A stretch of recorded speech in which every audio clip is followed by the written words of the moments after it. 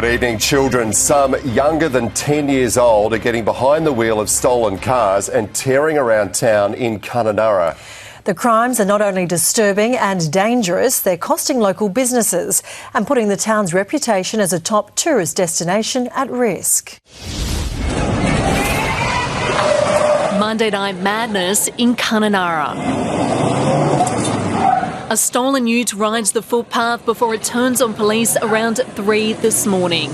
Behind the wheel and hanging out the windows, witnesses say are children. Businesses struggle with increases of insurance. We have seen as much as a 60% increase over the last 4 years. This is the same exact location of another wild rampage last year. 65 cars have been stolen in the regional town already this year. 130 were stolen last year. We know that many of the offences that we do see are committed by young people under the age of 10, and sometimes that poses a challenge for the community because they see the offence being committed, whether it's a stolen car or a burglary, but if you're under the age of 10, police have no authority or no power to do anything about it. 46 of those old enough to be arrested were in a 7-day blitz last October. But locking up kids has had little impact. Given our recidivism rate is 58%, clearly that's not working. The government is building a safe night space just outside town. They come from families with complex issues, and the solution that we are looking at is investing in how we provide wraparound services for those kids. For Kununurra, the crime waves continue to hold back businesses trying to lure visitors from Perth. The town won the top tourism gong this year, but it can be a hard sell when cars like the one last night are being stolen from motels. The place is beautiful, it's unique, and it's something that you'll never see again. The young offenders are tonight still on the run. The Hilux was found dumped on a bush track. Lucy Murray, 7 News. Millions of Australians have been given a breather from interest rate pain. After 3 consecutive hikes, the Reserve Bank is keeping its official cash rate on hold at 4.35%. But the RBA is warning more pain could be on the way. Fruit shop owner Daniel Flaminio is worried consumer spending's going pear-shaped. But today, there it is. As expected by many economists, rates on hold. Some relief. I guess everyone's relieved. We've had 3 rate increases this year, so we needed a bit of good news. The Reserve Bank keeping rates on hold at 4.35%. The board's decision unanimous, but the inflation battle far from won. I want to be very clear that inflation remains too high. We might have to do more. I'm just not ruling that out. Buying time with the rest of the world to see what comes from Donald Trump's promise of an Iran peace deal on Friday, whether petrol prices come down and when the financial impact of the war will fade. We're realistic about how long it will take for the global economy to normalise and what that means for us. The banks divided on what comes next. The Commonwealth, NAB and ANZ all predicting no further rises this year and 2 cuts next year.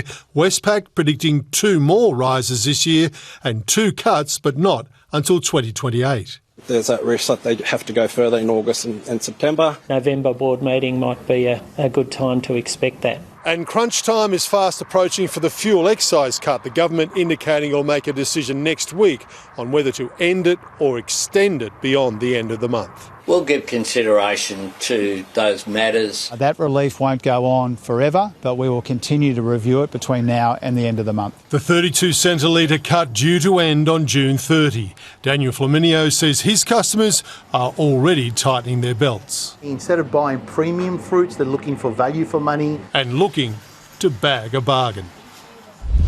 The Reserve Bank Governor is also warning Australians not to be alarmed if economic growth slips even further over coming months. She says that is something that has to happen to get inflation down. The hope is, though, that it doesn't force mass job losses. Keeping unemployment low is the second of the RBA's major objectives after inflation. And Michelle Bullock also had a timely reminder for the government today. Inflation was a big problem for our economy well before this war started, and it will continue to be a big problem well after it ends. Tim. Mark, thank you. One Nation's new ad funded by donations is being rolled out, labelling Prime Minister Anthony Albanese a liar.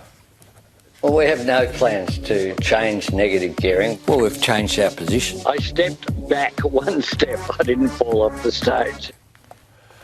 But sexual violence campaigner Sarah Williams is threatening legal action, saying she did not consent to being in it. The Electoral Commission says her permission is not required. Donald Trump says his Iran peace deal has been signed already electronically, but in reality the deal still faces challenges. The US president has been welcomed back into the fold among G7 leaders, many he's spent months insulting. Sunshine in the mountains, the red carpet rolled out for Donald Trump. Everything is very nice, thank you. But these two don't always get along. The business of peace is very serious. It's signed, the deal's all signed, and the strait is already partially open. Signed electronically, the president says he'll skip the formal signing in Geneva on Friday, sending Vice President JD Vance instead. If the Iranians comply, benefits will flow to them, and that's what we hope to see. Both countries will stop fighting for 60 days to allow further talks on Iran's nuclear ambitions. The carrot, a $300 billion reconstruction fund.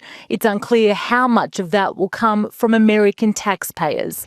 Then there's US ally Israel. The deal includes a ceasefire in Lebanon, but Benjamin Netanyahu insists there will be no withdrawal of Israeli troops. We created there a buffer zone, a security zone. We will stay there as long as necessary. Donald Trump has landed in the French Alps with a big problem to solve. He now has to sell his deal to the European leaders he's been insulting for weeks. Alongside Emmanuel and Brigitte Macron, the target of his mocking. The lineup of world leaders now expected to fall into line and help clear the mines Iran laid in the Strait of Hormuz during a war the US president started. Emmanuel has been a special friend of mine. We've had a fantastic relationship. It's a very important step towards peace, but as well for global economy. With many more steps to come. Isabel Mullen is at the G7 in France. Isabel, what's on President Trump's agenda today? And good evening. Donald Trump has another hurdle to overcome today. He'll come face to face with leaders from Middle East countries that have really bore the brunt of Iran's retaliation. Countries like Qatar and the United Arab Emirates that have come under direct military bombardment. They'll want to know what the plan is, how the US president plans to navigate that really delicate relationship between Israel and Iran. They are not officially G7 countries, but French President Emmanuel Macron invited them here, knowing that their fate lies in Donald Trump's hands. Tim. Izzy, thank you.